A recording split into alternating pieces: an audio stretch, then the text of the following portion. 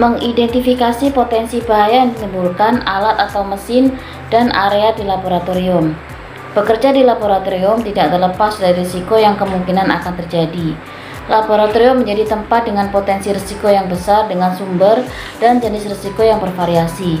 Risiko yang dapat terjadi antara lain bahaya fisik, bahaya kimia, bahaya bahan biologis, dan bahaya lainnya.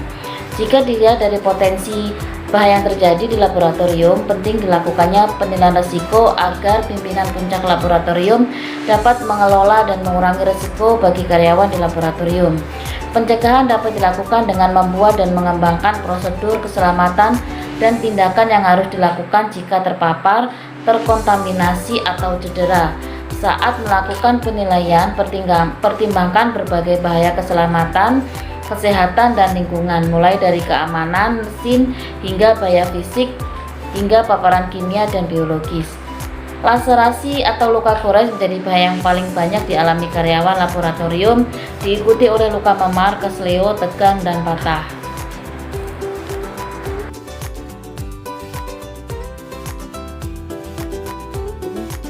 Alat di laboratorium dinominasi kaca yang rentan pecah, jarum, dan benda tajam lain yang dapat melukai kulit harus ditandatangani dan dibuang di tempatnya. Selain itu, risiko kebakaran dan bahaya listrik juga kerap terjadi sehingga listrik atau benda yang berpotensi yang menyebabkan kebakaran harus dikelola sebaik mungkin dan difasilitasi peralatan pemadaman kebakaran. Selain bahaya fisik, paparan bahan kimia beracun juga menimbulkan ancaman nyata terhadap kesehatan dan keselamatan.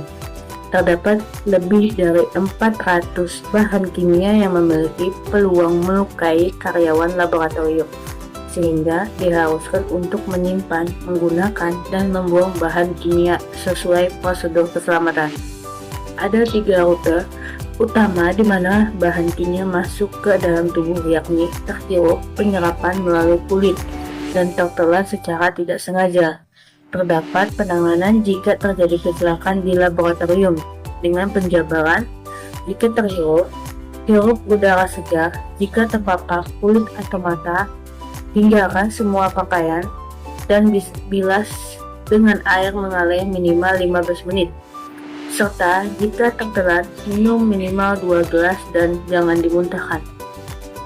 Dalam mencegah risiko yang mungkin terjadi, laboratorium perlu memperhatikan tindakan pencegahan yang tercantum dalam lembar data keselamatan bahan atau material seperti data MSDS.